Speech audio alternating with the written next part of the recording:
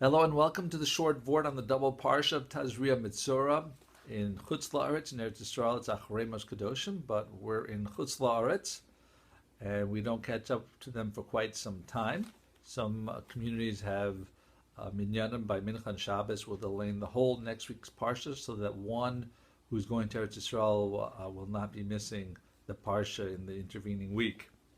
But in Tazria, which is in Metzora, the topics are about Tzaraas and Lashon Hara, and we have a beginning process in Tazria where you have someone has the white spots that are potentially Tzaraas, and that person goes to the Kohen, and he can declare him Tameh, or he can declare him Tameh, and then they'll have Hiskiro, they'll have them set aside for a week for a review, and then for another week, and then they can be decided depending what happens with the size of the Tzaraas.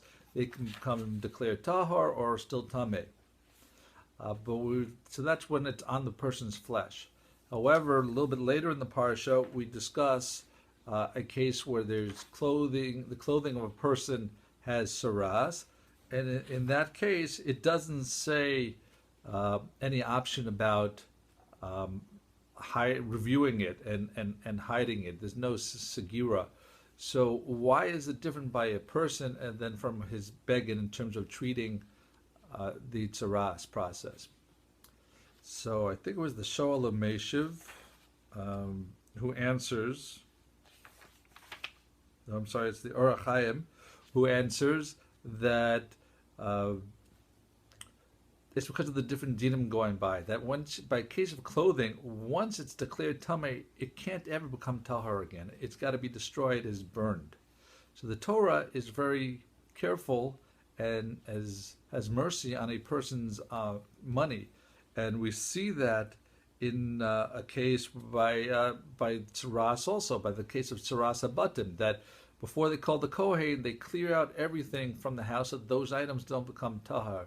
Even though in reality, if it's tamei, it's already tamei, but it's not officially tamei until they declare it, and we get time for people to save their money, because Hashem is sensitive to people and their wealth. So here also, since once you declare tamei, the beged won't be redeemable and usable again. While a person can become tamei, a person can do tshuva and become tahar. So they can become tahar again. Sorry. So that's one point. That's in Tazria. In Metzora, so we have a case of a topic that we've brought before on Zostia Torahs Metzora, about the famous Rochel, the peddler goes from town to towns, wants to say who wants the Elixir of Life, and you can see this story and different analysis of it in various short vorts that are on the playlist, or you can go by the individual parsha in the past. Anyhow, Rabbi Yanai says, I want it, and the person says, no, it's not for you, but he's very insistent, and the peddler says, all right, here's a tale, Yesh Achavetz Chaim, Ohev Yom Liros Tov, Netzor L'shon Chaim Ra. And that's how you get the elixir of life. And it's not for you or those like you, Rabbi Yanai. So, this one's the Baal Shoal Meshiv, and he says that what we learned here is that there's certain people, such as businessmen, who go on trips and go away, and they'll go on, especially in the old days, for weeks and months and even years at a time, and they're always, while they're out there, they're always looking like, when am I going to be home? When's the trip going to be over? When is time going to pass and I'll be able to return to my family? Then once they get home, after a few days, they're ready to go on the next trip, but they always say, okay, when am I going to go on the next trip? So they're always hoping that time will fly by and will move on quickly.